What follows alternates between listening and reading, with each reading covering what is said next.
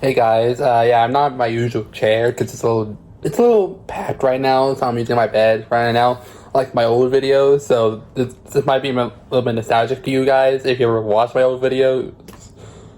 But yeah, so I decided since I'm watching one of the James Bond movies right now on my TV, I thought why not react to God, I forgot his name. Dang it. This guy's videos on the James Bond Jr. show. I'll probably put his name like somewhere of the guy who I'm reacting to. Yeah. Also, we're starting with his first video on it, which is the first episode, A New Beginning, and I had to splice this together because he did make this a two-parter. The original video, part one, ended with the screech, with the screech, and the beginning of the second part begins with the screech again before continuing with the episode. So I had to splice them together to make a coherent video. So if you're gonna be like, oh, this is not how I watched it when it originally came out, then that's the reason why I had to splice it together, because I don't think I can stand listen to that screech in two videos, so I'm doing it in one going video.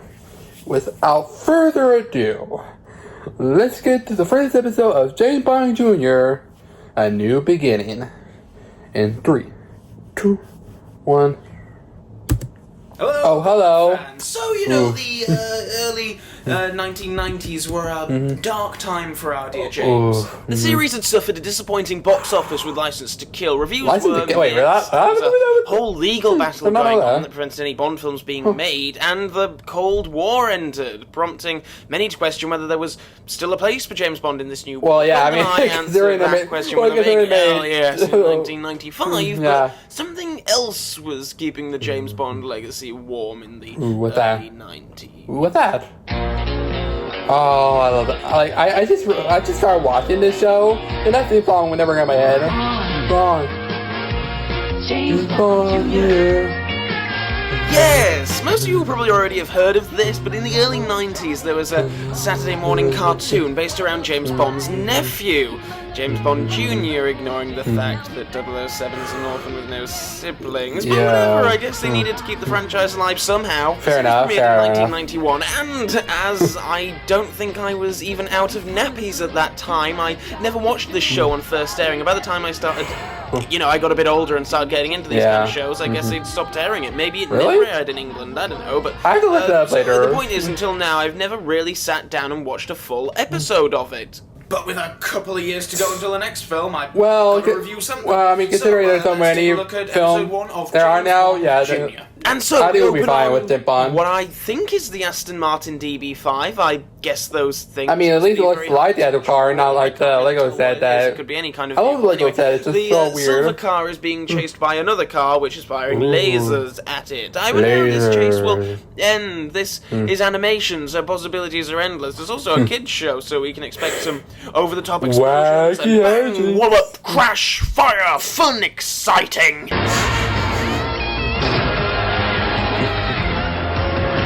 Sorry for the camera moving is on my computer on my lap. Oh, that. We then get our first glimpse of our hero, James Bond Jr. himself. Good day, Mr. Flight. Mr. Flight. The Sunday Trike. Cool, blimey! I can't wait to get home to Uncle James and tell him about the spiffing time I've had bombing around in his Aston Martin DB5. The bikes chase Bond Jr. off a cliff when the car that went to the hay reappears, and we get this guy. Goodbye, young James Bond. Who I assume is blind or something because the Aston went off the other side of the cliff. This guy isn't even looking in the direction. Anyway, of course the Aston can fly, which would be stupid in a film, but Saturday morning cartoons go by a different rulebook, so I'm down with this.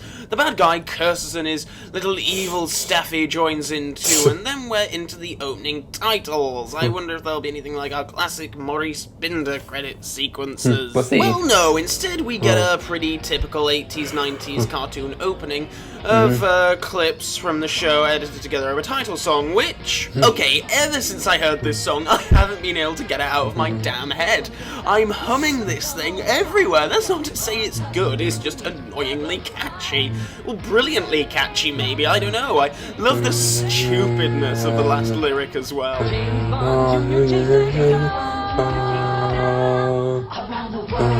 It's like, not just around England, kids, but around the fucking world. I don't know, it's like they sing it like around the world is like the big finish of the song. Like everything else that we've seen in this opening is nothing. Helicopters, planes, crashing through windows, guns, baddies, zeppelins. Nope, none of this is hooking me. Wait, what? Around the world? Oh boy, I always wanted to see India in a cartoon. Jesus Christ. Right, it's the beginning, but I... Oh, yeah, I said the new beginning, but I said the beginning. Anyway, we get introduced to Mr. Milbanks here. I want to welcome you all to Warfield Academy. I want to welcome you all to Warfield Academy. I most of the to ignore this, but whatever. Yes, all 4 of you new and returning students. Really? Yes, this is a very exclusive school, you know. 1, 2, 3, 4, 4. I have so many questions. How? At this point, I know it's animation, but how would you do that in live action if they actually did a live action version of this? It's an Aston Martin DB5! I have to say that because it's drawn so off model that no one knows what it's actually supposed to be. Just like his Uncle Bond Jr. has a difficult relationship with authority figures. Is that a thing with all James Bonds that they're all, oh, we're difficult with authorities jokes? Like I see that in almost every film I watch so far of this franchise. Say, there's only like 4 students there. Milbanks confines young Bond to the school grounds for the weakest punishment for lateness, which is something Mr. Milbanks does not tolerate. Bond Jr. is then shown around the place by James Bond. The actual James Bond, that is, the actual James Bond. As Mitchell used to work for the FBI, he shows Junior to his new quarters, where he discovers that he's sharing his new dormitory with... But where? Dr. Jekyll, I presume? Oh, Horace Wilford, actually. But my friends call me IQ. My grandfather, Q, and your uncle are friends, you know. Friends, you know. Bit of an exaggeration. More like giving every gadget that Bond has. Dab hand with gadgets and experiments. And what's your current brainstorm? A super conductive liquid which can boil a 3-minute egg in 10 seconds. Huh? However, this time... I believe the yoke's on us. Yes, the legendary 007. Oh! At least half of it. Oh! Lunch around here? I'm That's a random clip to use, but okay. What? Are you like a Twitch or something? Having adverse effects. Anyway, IQ shows off his rocket-firing watch, and we're then introduced to Gordo Lighter, son of... You guessed it, jeez. Next we'll be introduced to... Bob Tanner and Little Miss Moneypenny, but no, instead we meet Mr. Milbank's daughter, Tracy. Wait a minute, Tracy? Run for the hills, girl! You do not want to be Tracy Bond, believe me. We're also introduced to Tracy's pal here, Phoebe Farragut, who I guess is kind of a Moneypenny character that she fawns over Bond a lot, but the love is never really requited. The receptionist from Ghostbusters coming our way. And antagonist I'll put the name, indeed, yes, that is what I'm thinking of here, but wow. That character that seems to appear in almost every kid's show set in a high school. Yeah. Posh rich kid that told ya. Likes, who will technically there is 5 causing trouble for our heroes. Or 6. Right, we've been introduced to a lot of characters in quick succession here. Can we actually get on with the story now, please? Enjoy yourself while you can, young Bond. Right, Scumlord. I'll take care of him. Your eagerness to please is impressive, Jules. Jaws? Wait, that's Jaws? I mean, yes, it does. Huh? Okay, so a continuity nerd is coming out in me. I guess Jaws broke up with Dolly, put on weight, got a metal lower jaw, and now has no problem speaking in coherent sentences? Oh, well, I guess this is better than Jaws Jr. And the guy in the purple shadow is the Scum Lord, leader of the Spectre-like agency known as, well, Scum. Because, you know, Blofeld should totally have just called Spectre Lord. But whatever, I'm just gonna call this guy Purple Guy. Anyway, we learn here that the villain's supposed to steal an electromagnetic pulse generator from Bond Jr.'s Aston Martin in order to seize control of England. A vague plan, but whatever. Tracy tells Bond of a package that arrived at the post office for him, and they go into Mr. Milbank's office to use the secret passage to get out of the building. That's the thing. Oh, here's the power where here's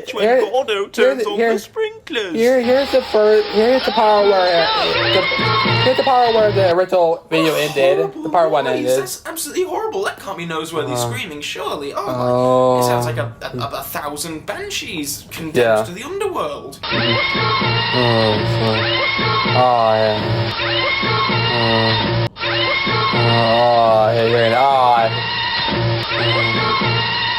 Junior, Tracy, and IQ drive to the post office in the Aston, but it turns out there was never really a package, and it was all just a dastardly ruse. So Jaws could hijack the car by pulling out some wires and biting into them. It's that easy to hijack a DB5. Anyway, Jaws makes off in the car with Tracy still in the back. Leiter and Farragut show up with a van, and the gang make haste after the car. Okay, no, I just want to make question things. To find the DB5. They followed some airbase thing where the villains are about I have so many questions with this. Plane when Bond uses some of IQ's liquid to, let me rephrase that. Junior uses some of IQ's superconducting liquid. Bond manages to stop the truck carrying the DB5 and finds Tracy in the boot. But the game's not over yet as Jaws sneaks up on the kids and even cracks a joke. Well, Bond. I see you book passage on Scum Airlines. I preferred it when he was silent. Me too. Jaws chucks the pair in the boot, loads the car into the plane and heads to the cockpit to meet the Scum Lord Purple Guy. Wait, is that Spy from Target? What the fuck? Stroking his dog than flying the plane. Seriously. You know that, like, this plane. Anyway, taken out context, you know, right? Use IQ's gadget watch to escape and plan to use the Aston Martin's flight mode to escape the plane. If Jaws hotwired the ignition, so can I. Junior, you're such an amateur, you can't do anything right. That's not how you hotwire a car, this is how you hotwire a car. With the car hotwired, the fight breaks out and the plane starts going down, and for some reason Bond sets the car to continually ram the cockpit door and jumps out of the plane with Tracy using a parachute. Jaws jumps out to her and lands in a barn, but the plane crashes and goes up in flames, with the DB5 still in it. Oh dear. Actually, is the Scum Lord still in there? I mean, we never saw him jump out. Is he dead? Is that it for him? No, I don't know. Anyway, well, considering we haven't seen him in the rest of the episodes that we reviewed so hard, and probably Tracy told me about your rescue, James. Good work. Thank you, Mr. Mitchell. And luckily, I was able to destroy the Aston Martin. Not so lucky, James. I just talked to your uncle. That pulse generator was never in the Aston Martin at all. Scum and we were misinformed. What? You mean all that was for nothing? Well, not quite. You did save Tracy. Well, yeah, Tracy was only put in harm's way because everyone thought that the Aston Martin carried the... I mean, you know, if it wasn't for Bond... Well, you know what, never mind, let's carry on. But still, the car was destroyed. And, judging by your uncle's reaction to when Mr. Silver destroyed his beloved Aston Martin DB5, I can't see him going that easy on you, Junior. In fact, all the pieces have just been shipped back. Come have a look. Must I? What? Wait, what? What? A gift from 007. Gift? What? So Silver destroys the car, he gets a knife in the back. This little toad destroys it, he gets a brand new convertible built out of the remains of it. Well, I guess Uncle James must have just been a softie back then. Wait a minute, built out of the remains of the old car, but... what? So wait a minute, it took the same amount of time for James Bond Jr. to get from the site of the crash to the school as it did for the remains of the old Aston Martin to be collected, taken back to MI6, Q build a brand new car out of it and have that car shipped back to the school. Those two things took the same, well, whatever, I just hope Q got paid for all this overtime. Yeah. You look at all these gadgets. Imagine what I could do with this car. Oh, no, you don't. Oh my god, it's that banshee noise again. Please don't tell me that's part of the score. I can't cope with that every episode. So that's James Bond Jr. It's kind of hard to really give a fair analysis of this show because it's, you know, it's a kid's show. It's a Saturday morning cartoon from the 90s, so I guess you have to judge it as one of those and not really compare it to the main series of Bond films. And well, even on the basis of Saturday morning cartoon, it really isn't that great. And in my opinion, the biggest problem is that it's just so bloody bland. I mean, if you took away all the James Bond trimmings, as it were, there'd really be nothing of interest here. Everyone is a cardboard cutout, the plot is the most basic and dull thing, the music is hardly any Bond flavour at all, the character designs and voices are plain, the animation is just about on plain. Have you seen IQ's voice? Cartoons at the time. His voice is a lot more than I expected. Too great. There's just nothing really Yeah. there. There's the odd kind of nice reference in there, you know, like centering a plot around the DB5 is cool, and you know, Jaws is there, though really it's just Jaws in name only. I mean, this character is nothing like Jaws from the films, except that, you know, he has abnormal teeth that he uses to threaten people. That's really the only similarity, but it's, you know, it's nice that they do the Moonraker thing and have him fall out of a plane without a parachute. I'm not sure if naming the girl Tracy has anything to do with Junior's deceased aunt, or if it's just coincidence. And to be honest, that's the same with the parachute gag from Moonraker. I don't know if these are intentional references or whether they are just, you know, completely random thoughts of the writers. Interestingly, this episode does contain a couple of things that would appear in future Bond films. For example, using an EMP weapon to destroy computers in London was obviously a plot point from GoldenEye, and a remote-controlled car would appear in Tomorrow Never Dies. I'm pretty sure those were original ideas from people working on the films, though. I don't think anyone actually stole the idea from this show. I don't think anyone seriously said, hey, you remember that James Bond cartoon from earlier this decade? Well, you know, why don't we use plot elements from episode 1 of that show? And you know something else? I've never heard anyone express a fond memory for this show, or say anything like, gee, you know what, that show was great, I used to look forward to that every weekend. Like, you know, you hear people do that with, like, Mighty Morphin Power Rangers, and Mutant Ninja Turtles, and the Transformers. It just seems to be forgotten by most people. Well, forgotten not really where I would either use. a testament to its I mean, blandness, 61. or, I don't know, maybe I mean, 61 on IMDb is pretty good for a show like this. Bond and considering it got 65 episodes, which I'm not gonna get over. 65 episodes, people. 65. In some respects, What the fuck? Star Wars Holiday Special, in that it's something that no one involved in the production of the main series of films ever seems to refer to or talk about, which is amusing, because it's there, you know, and no one's ever really done much talking about it. I don't know how or why this show even came into being, and, well, you know what, I can think of only two possible explanations. One being a rights issue. I don't know if Eon had to keep using adaptations of Fleming characters in order to keep the rights to them, or something like that. But the only other explanation I can think of is that, well, you know, okay, License to Kill had just been released, and the series was aiming to be harder, tougher, and more brutal with Timothy Dalton, and, you know, moving away from the fun, campy, silly sort of films that they were with dear old Rog in the role. And, you know, the series still needed an in for the kids. Up until License to Kill, Bond films had never been especially brutal or anything. I mean, there's nothing really much in any of the previous films that I think would be deemed unsuitable for kids over 8 years old or something, and, you know, young boys love James Bond. I think most of us became Bond fans from watching the films in childhood, but, you know, License to Kill did not get a PG rating in the UK or the US, and the higher ratings meant that it was harder for kids to go and see the latest Bond adventures, so I assume the cartoon was made to solve the problem of how do we still get kids into Bond when they can't actually see a Bond film in the cinema. It's saying something that I find the reasoning for the show existing more interesting and compelling than the show itself, and I'd love to be able to talk to anyone who had some major involvement with the show so that I could find out how and why the hell it came into being. Saying that, maybe it would be judgmental of me to write off the entire series after just one episode. I mean, every show takes a while to find its feet. I wonder what future episodes will bring. I got it, Dr. No. Wait, Dr. No? At last. Huh? Okay, so that was episode 1 of James Bond Jr. in beginning. I guess. I think it's new beginning. Who knows at this point? So, you see why I've been putting this off? It's like, if you like the show, good on you. But as a somewhat James Bond, like somewhat in the middle James Bond fan, or newer, it's it's somewhere in the middle. Anyway, but like, whew, this is interesting. I'll tell you that much. So yeah, so that was the video.